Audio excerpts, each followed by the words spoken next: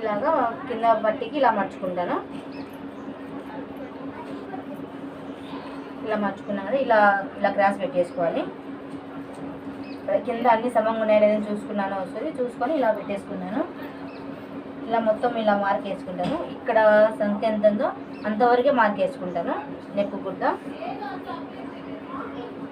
ఇలా మొత్తం మార్క్ వేసుకుంటాను ఫ్రెండ్స్. ముందర భాగానికి వచ్చేసి ఇలా మార్క్ వేసుకున్నాక ఇది తీసేస్తాను. ఒకటి తీసేసిన తర్వాత ఇక్కడ నుంచి మార్కింగ్ మళ్ళీ ఇది మనకు షేప్ రావడానికి ఫ్రెండ్స్ లాగా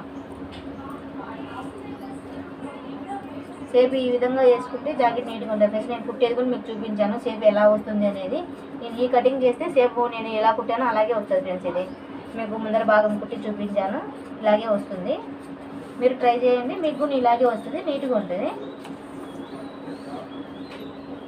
ఎన్ని ఉంటే అన్ని జాకెట్లు వేసుకున్నామండి ఫ్రెండ్స్. మనం అన్నీ ఒకరివే కనుక ఒకటే ఆల్తి ఉంటాయి. జాంగులో ఒక ఆల్తి మారదు, మనకు ఒకే ఆల్తి మీద సెట్ అవుతాయి ఇవన్నీ.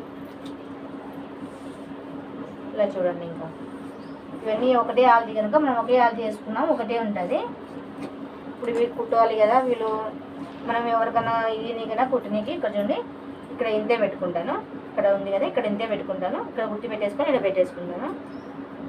మీకు ఇంతకుముందు వీడియోలో కూడా కుట్టేటప్పుడు కూడా చూపించాను నేను, చెయ్యి ఇలా పెట్టుకొని ఇలా చూపించడం. ఇక్కడ అయిపోయింది. ఇదిగోండి, ఇక్కడ ఇంత రెండేళ్ళు పెట్టుకుంటాను. నేను ఏది టేప్ ఆల్తి చూపాను, జాకెట్ కొలితే చూపిస్తాను, ఏళ్ళతోనే చూపిస్తున్నాను. ఇక్కడ మనకి రెండు వేసిన తర్వాత కరెక్ట్గా ఇక్కడ వస్తుంది. ఇంకా కానీ నేను మార్క్ వేస్తున్నాను.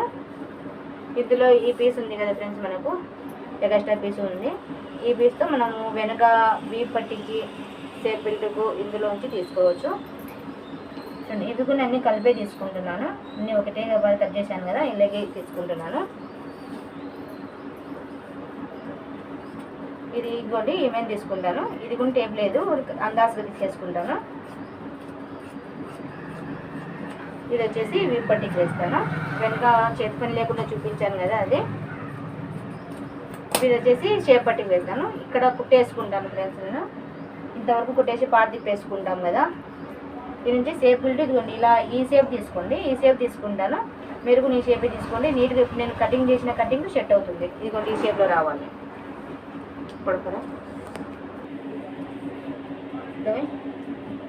ఈ జాకెట్ పీస్ ఇలా వేసుకుంటాను ఫ్రెండ్స్. ఇలా వేసుకొని ఈ పీసులు మొత్తం ఇలా పెట్టుకుంటాను. చూడండి, మనం ఇలా పెట్టుకుంటేనే నీట్గా ఉంటాయి ఇవి. మనకు ఈ పీస్ వచ్చేసి లైనింగ్ ఎక్కువ ఉంది ఫ్రెండ్స్, ఈ మెయిన్ క్లాత్ వచ్చేసి తక్కువగా ఉంది. తక్కువ ఉంది కానీ ఇలా సెట్ చేసుకోవచ్చు మనము.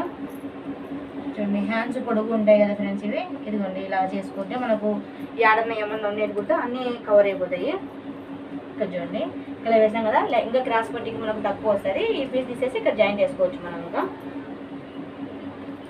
ఇలా వేసుకొని కట్ చేసుకుంటాను. ఏదైనా ఇలాగే చేసుకుంటాను. ఇది కట్ చేసేటప్పుడు లైనింగ్ కరెక్ట్గా పెట్టుకుంటాను. ఇది వచ్చేసి ఎక్కువ పెట్టుకుంటాను. మళ్ళీ అతికించుకున్న తర్వాత ఎక్స్ట్రా పీస్ కట్ చేస్తాను. ఎందుకంటే జారే క్లాత్ ఉంటుంది కదండి, మనకు జారకుండా నీట్గా ఉంటుందని ఇలా చేసుకుంటాను. కొడకలాగా